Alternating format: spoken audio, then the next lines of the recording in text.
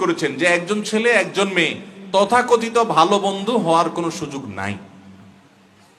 এটা একটা সময় পর্যন্ত হয়তো থাকে, কিন্তু সবসময় এটা থাকে না। আল্লাহ সুবহানাহু ওয়া তাআলা সৃষ্টি করেছেন এইভাবে। আসলে গোটা পৃথিবীতে আজ যত রকমের ফাসাদ দেখতে পারেন, এই জাতীয় পাশবিক নির্যাতন এবং এই জাতীয় যত অনভিপ্রেত এবং অনাকাঙ্ক্ষিত ঘটনা ঘটে, সবগুলো এটাকে না মানার কারণে হয়েছে। পৃথিবীর মানুষ নিজে অনেক অনেক আইডিওলজি, অনেক চিন্তা ভাবনা, এগুলোকে মানুষ ট্রাই করে, এগুলো অনেকগুলোকে মানুষ পরীক্ষা নিরীক্ষা করে, একটা পর্যায়ে ঠিকই তাকে আল্লাহর কাছে ফিরে আসতে হয়। বিশ্ববিদ্যালয় ক্লাসরুম, ল্যাবে ছেলে মেয়েদের সাথে একই সাথে ক্লাস ল্যাব ইত্যাদি করতে হয়। এভাবে এখানে নন মাহরামদের সাথে দূরত্ব বজায় রাখা যায় কিনা?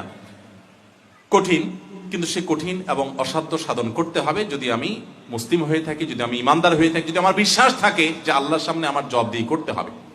আল্লাহ সুবহানাহু ওয়া তাআলা বলেছেন, ইয়ালামু খায়িনাতাল আয়ুন, আমাদের চোখ, এটা দিয়ে আমরা যে অন্যায় করি, যে গুনাহ করি, যে পাপাচার করি, সেটা আল্লাহ তাআলা জানেন। দেখুন, ইসলাম নির্দেশ করেছে ছেলেদেরকে আগে কুল্লিল মুমিনিনা ইয়াগুদ্দু মিন আবসারিহিম, ছেলেরা যেন তাদের চোখকে সংযত রাখে। পাশাপাশি মেয়েদেরকে নির্দেশ করেছে তাদের সৌন্দর্য যেন প্রদর্শন না করে।